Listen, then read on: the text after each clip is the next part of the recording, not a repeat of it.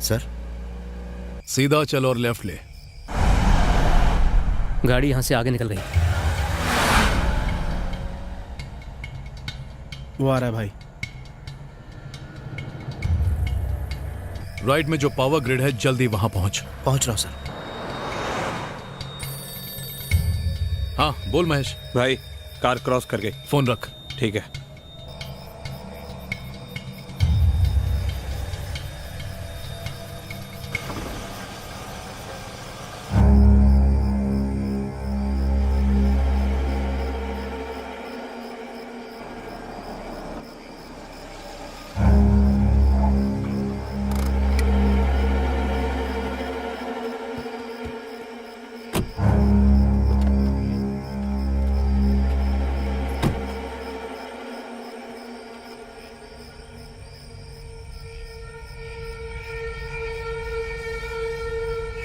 बाबू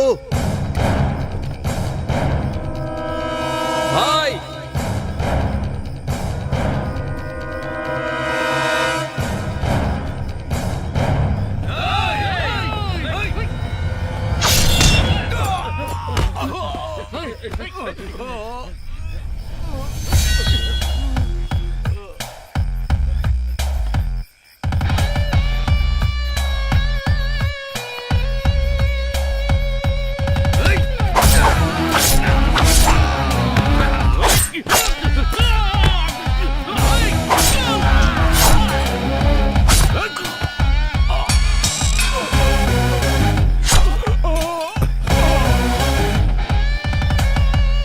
मनोज सेठ, तुझे क्या लगा कोई कल का लौंडा तुझे धमका रहा है जिसका मुंह तू भाड़े के कुछ टट्टू लाके बंद कर देगा? नहीं सर।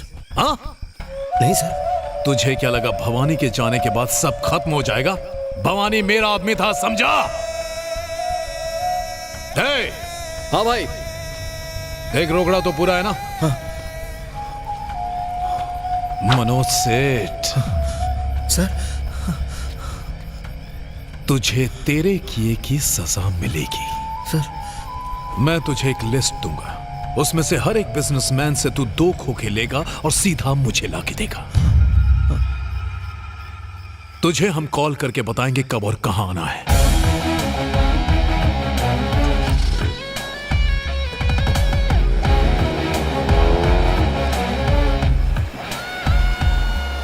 आपको लगता है मैं फेंक रहा हूँ? वो दोनों एक दूसरे का हाथ पकड़ के आंखों में आंखें डाल के डुएट गा रहे थे। इस तरह कोई कवारी लड़की कोई लड़के के पीछे पड़ जाए तो अच्छा लगता है। इसलिए मैं तो कहता हूँ दोनों का रिश्ता तय कर दो, वरना 2 के 3 हो जाएंगे। प्रपोज तो उन्होंने पहले ही किया था पापा, पर दीदी ने हाँ ना कुछ भी नहीं कहा। उसने कहा आप जैसा कहेंगे वो बिल्कुल वैसा ही करेगी। भाभी आप सिर्फ एक बार हाँ तो कह दीजिए, फिर देखिए कैसे अपना बोरिया बिस्तर बांध के अपने मम्मी पापा को छोड़ के यहाँ पे आके जम जाएगी। एक्चुअली पापा वो आपसे बात करना चाहते थे, पर दीदी ने साफ मना कर दिया। अरे हाँ, तुमने कहा था ना कि उन्हें जात पात की कोई परवाह नहीं है। हाँ कहा था। जात पात से परहेज ना हो तो उनसे जाकर मिल लेंगे, और सब कुछ ठीक ठाक रहा तो रिश्ता पक्का कर देंगे। ओके पापा, आई विल अरेंज। लड़की अच्छे घर की है। ठीक है, मिल लेते हैं।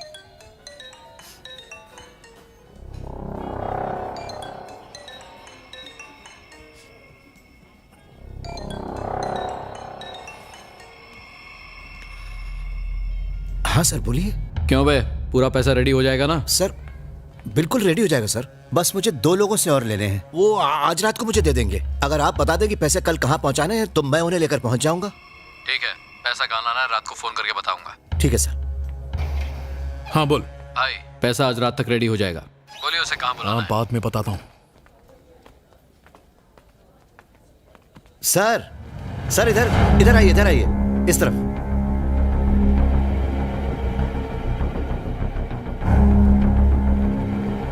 आइए बैठिए। नमस्कार। नमस्ते। ये मेरी पत्नी है जी। ये मेरा बड़ा बेटा है। नमस्कार। इसका फूलों को एक्सपोर्ट करने का कारोबार है। ओ बहुत अच्छी बात है। मेरे घर में मैं और मेरी 2 बेटियां हैं बस। बड़ी बेटी सिर्फ 12 साल की थी जब मेरी पत्नी गुजर गई। वैसे मैं नहीं चाहता कि मेरी बेटी की शादी एक पुलिस ऑफिसर के साथ हो, फिर भी यहां आया क्योंकि मेरी बेटी आपके बेटे को बहुत पसंद करती है। सर पुलिस ऑफिसर से आपको क्या प्रॉब्लम है? अगर आज हम चैन से जी रहे हैं तो सिर्फ पुलिस की वजह से।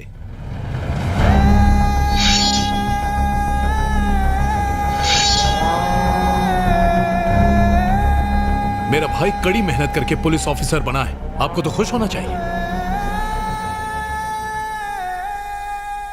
मनोज जी, आपको पुलिस वाले अच्छे नहीं लगते? ऐसी बात नहीं सर, बस मैंने आपसे अपने दिल की बात कह दी। देखिए सर, हमारी रगों में रामास्वामी का खून है। मेरे दोनों बच्चे बिल्कुल अपने दादा पर गए हैं। मेरे छोटे बेटे जैसे शादी करने के बाद आपकी बेटी बहुत खुश रहेगी, इस बात का मैं भरोसा दिलाता हूँ। ठीक है सर, एक अच्छा सा दिन देख के बच्चों की सगाई कर देते हैं। आपने तो दिल खुश कर दिया, इसी महीने फिक्स कर देते हैं। जी ठीक ठीक है। तो अब हम चलें? अच्छा अच्छा जी, चलो। नमस्कार नमस्कार।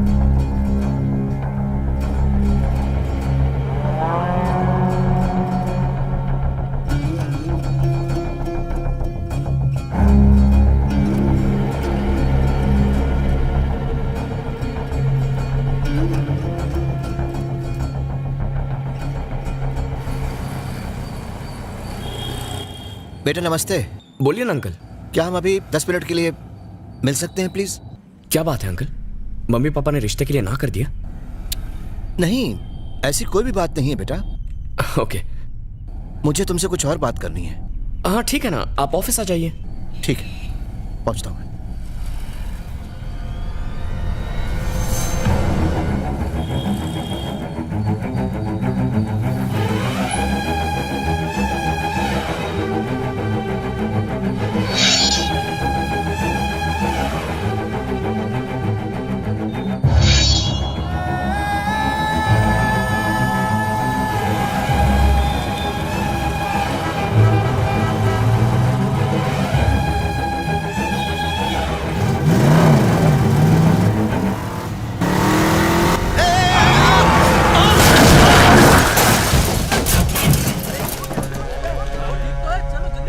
मैं एक्सीडेंट स्पॉट से बोल रहा हूँ सर। कार को टक्कर मारने के बाद लॉरी वाला यहाँ से भाग गया है। और सर एक्सीडेंट के वक्त जो लोग यहाँ मौजूद थे वो मनोज सेठ को उठाकर यहाँ पास के हॉस्पिटल में ले गए सर। किसी ने गाड़ी का नंबर नोट किया है? सर लॉरी यहीं पर है, वो लॉरी छोड़ के भाग गया है।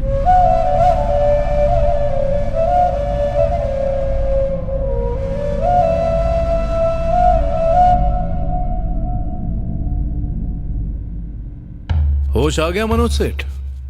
मैंने तुझे मरने के लिए नहीं छोड़ा। खैर अब तो मेरा भाई ही तेरा काल बन के खड़ा हुआ है। अगर मेरा भाई तेरी बेटी से नहीं मिला होता और अगर तूने अपनी बेटी की पसंद के लिए हां नहीं बोला होता तो आज तेरे मरने का प्लान ही नहीं बनता। मुझे मारिएगा मत। मैंने किसी से कुछ नहीं कहा है।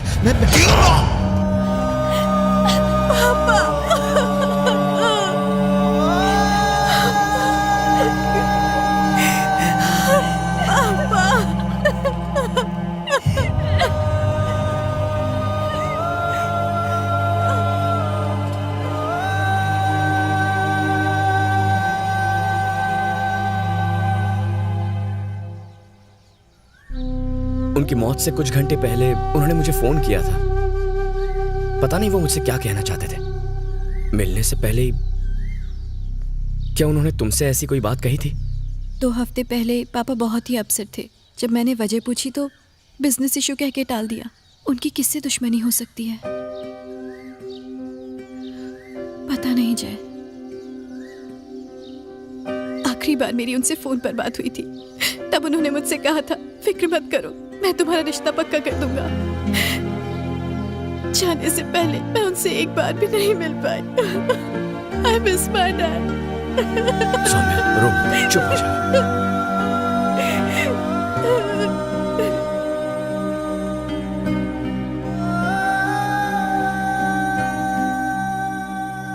सर, मुझे आपको कुछ बताना है सर। बोलो। सर, भवानी को अरेस्ट करने के 5 दिन बाद कामधेनु मिल्स के मालिक रत्नाकर जी को एक धमकी भरा फोन आया था। हमें मिली इन्फॉर्मेशन के मुताबिक हम उन्हें बिना बताए ही उनकी कार को फॉलो करते गए, पर शायद उन बदमाशों को हमारे आने का पता चल गया होगा, इसलिए उन्होंने मीटिंग कैंसिल कर दी। अगले ही दिन हमें रत्नाकर जी की लाश मिली। शायद उन लोगों को पता चल गया होगा कि रत्नाकर जी ने हमें इन्फॉर्मेशन दी है, इसलिए उन्होंने उनकी हत्या कर दी होगी। पोस्टमार्टम रिपोर्ट ने हमें सकते में डाल दिया। हमने पुलिस रिकॉर्ड छान मारे, पर एक भी फिंगरप्रिंट का मैच नहीं मिला। यहाँ तक कि भवानी के फिंगरप्रिंट तक मैच नहीं हुए। अगर किसी का क्रिमिनल रिकॉर्ड हो तो उसे ढूंढना मुश्किल नहीं होता, लेकिन पब्लिक के बीच मौजूद मर्डरर को ढूंढना बहुत मुश्किल होता है। सर, आपकी बातों से ये तो साफ होता है कि हमारे पास क्लू नहीं है। ऐसे में हम कातिल को कैसे पकड़ेंगे? तुम मुझसे इतना अर्जेंटली क्यों मिलना चाहते थे जय? इस बिजनेसमैन केस को सॉल्व करने के लिए मेरे पास एक आइडिया है सर। कैसा आइडिया? सर अभी अभी बिजनेसमैन मनोज सराफ के मर्डर के बाद सारे बिजनेसमैन बुरी तरह डरे हुए हैं। अगर उन्हें फोन पर धमकी मिलती है तो वो हमें नहीं बताएंगे। सर अब तक इस गैंग ने आम पब्लिक, पॉलिटिशियंस, जजेस, गवर्नमेंट ऑफिशियल्स या आर्मी ऑफिसर्स को टारगेट नहीं किया। उनका मेन टारगेट बिजनेसमैन है। So what? सर हमारे शहर में बड़े बिजनेसमैन कुल मिलाकर कुछ 60-70 होंगे। अगर उन्हें बिना बताए हम उनके फोन टैप कर लें तो गैंग जब भी फोन करेगी हमें अपने आप पता चल जाएगा। फिर उस बिजनेसमैन को फॉलो करके हम उस गैंग को पकड़ सकते हैं। सर ये तुम क्या कह रहे हो जय? अगर ये बात लीक हो गई तो बड़ा इश्यू बन जाएगा। सर ये हमारा सबसे बड़ा ट्रम्प कार्ड बन सकता है। Please sir. ओके, लेकिन किसी को पता नहीं चलना चाहिए। Thank you sir. सर एक और रिक्वेस्ट है। अब क्या? हमारी फोर्स से मुझे कुछ 200 रिटायर्ड पुलिस ऑफिसर्स की जरूरत पड़ेगी सर। रिटायर्ड? वो किस लिए? ये मैं बाद में बताऊंगा sir. Okay, I will arrange. Thank you sir.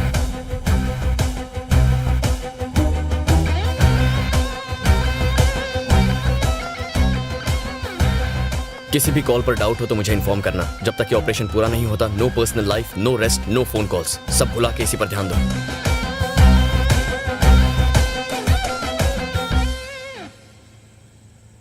जय, तुम मुझसे कुछ बात करना चाहता था? हाँ भैया। हाँ बोल। ये बिजनेसमैन केस सॉल्व करने के लिए मुझे अपॉइंट किया गया है। ये मैं जानता हूं। क्या डर लग रहा है?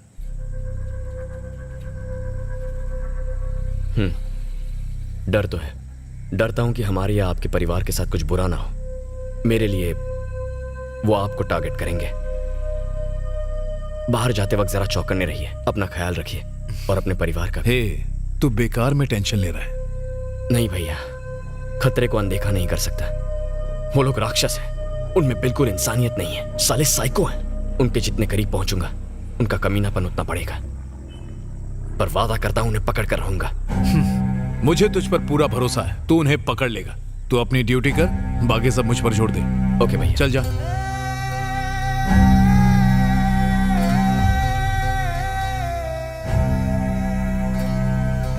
क्या सर, सुबह मैंने आपको मेल भेजा था, देखा क्या? हाँ देखा ना, मैंने पैसों का इंतजाम कर दिया है। कहाँ लेकर आऊँ? 11 बजे तुम्हें फोन करके बताऊंगा, तुम बस रेडी रहना। हेलो, पैसों का इंतजाम हो गया है। अच्छी बात है, मैं थोड़ी देर में आता हूँ, फिर देखते हैं। रियली? खबर पक्की है ना? बिल्कुल पक्की है सर। फिर से कब फोन करने वाले हैं? रात को 11 बजे सर। ओके, मैं अभी आया। कल रात धमकी भरा ये फोन कॉल आया था 8:30 बजे और अभी भी उसी नंबर से फोन आया था। कॉल कट हो गया सर।